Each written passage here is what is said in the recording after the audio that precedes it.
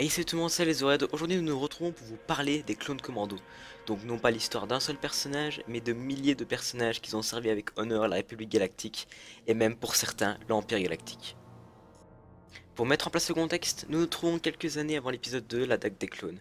Le chancelier Palpatine alias Dark Sidious envoie le Jedi noir Dooku sur Kamino afin qu'il puisse commander au maître cloneur Kaminoan une armée de clones humains destinés à servir la République sous le nom de Sifo-Dyas. Ignorant des réels enjeux et ne travaillant que pour l'argent et par fierté scientifique, les Kaminoans créèrent la plus grande armée clonée de tous les temps. Tous les clones étaient basés sur le modèle du Mandalorien et chasseur de primes Jango Fett, recruté par Dooku. Au début du projet, les premiers clones de Jango étaient trop ressemblants à leur modèle d'origine. Ils possédaient une indépendance trop prononcée et étaient difficiles à contrôler. Les cloneurs modifièrent alors le patrimoine génétique de Fett afin de créer des clones plus dociles, possédant une indépendance limitée et étant très obéissants. L'opération fut un succès, cependant il manquait quelque chose pour que l'armée soit complète. Ce quelque chose était un type de clone plus indépendant et plus doué que les fantassins de base, mais plus obéissant que les premiers clones connus par la suite sous le nom de soldats Arc. Les Kaminoans parvinrent à créer cet équilibre, ce qui donna naissance aux commandos. Ceux-ci furent dédiés aux opérations spéciales, des opérations demandant des soldats plus polyvalents et imaginatifs qu'un soldat de base et moins sacrifiables, mais toujours plus qu'un ARC. Peu de temps après leur création, Jango Fett vit immédiatement le potentiel des commandos. Il recruta 75 Mandaloriens afin de les former, leur transmettant ainsi son héritage mandalorien. Ces Mandaloriens prirent le nom de Kuvaldar et passèrent des années à entraîner les commandos sur Kamino, laissant derrière eux leur vie ainsi que leur passé. Parmi ces Kuvaldar, on peut citer Kal Skirata, un vieil homme alcoolique mais attaché à ses clones qui a entraîné une partie de l'escouade Omega, et Walon Vo, un homme violent, ne faisant aucun cadeau à ses soldats, qui a pu entraîner l'escouade Delta. Lorsque les clones destinés à être des commandos avaient fini leur formation flash de base et étaient considérés comme viables, ils étaient assemblés par 4 en ce qui était appelé un groupe. Les 4 commandos formèrent ainsi un groupe compact où chaque membre était le doigt d'une main. Cette organisation par 4 était calquée sur celle des Aiwa, des prédateurs de Kamino chassant par 4 et étant redoutablement efficaces. On estime à environ 5000 le nombre de commandos clones actifs durant la guerre des clones dans la brigade des opérations spéciales. Les clones étaient élevés ensemble, ils partageaient chaque moment de leur vie. Ils se battaient ensemble, ils s'entraînaient ensemble, ils apprenaient ensemble. Tout cela permit aux membres du même escouade de tisser des liens étroits et solides entre eux, plus que n'importe quel fantassin avec un autre. Les commandos clones n'étaient pas que des clones de sang, ils étaient surtout des frères d'armes et d'honneur.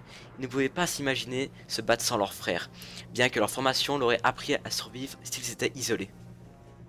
Chose intéressante, alors que tous les clones devaient en théorie posséder les mêmes compétences physiques et mentales, le fait d'avoir doté les commandos de plus de liberté d'action et de réflexion fit naître en eux quelque chose de tout à fait imprévu, une personnalité. Ce phénomène fut appelé facteur H, H voulant dire humain. Il se manifestait en général 6 mois après le début des entraînements du groupe. Le facteur H fut accentué par le fait d'avoir réuni les clones en groupe de 4. En effet, chaque clone prenait du coup une place précise dans le groupe, comme le chef, ou encore le chef en second. Chose encore plus amusante, les clones prirent pour la plupart les caractéristiques de leurs entraîneurs. Façon de parler, attitude, opinion, certains clones comme Boss héritèrent même de l'accent de Jango Fett, originaire de Concord Down.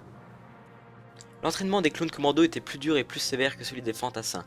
De plus, ils devaient connaître un bien plus grand nombre de techniques. Les Kevaldar leur apprirent même comment tuer, survivre, tendre des embuscades, ne pas se faire repérer, infiltrer des structures physiques et virtuelles, détruire des cibles, atteindre des objectifs avec le maximum d'efficacité, manier toutes sortes d'armes et de véhicules, protéger des civils, se méfier d'eux, ainsi que toutes les techniques de base nécessaires à un bon soldat des opérations spéciales.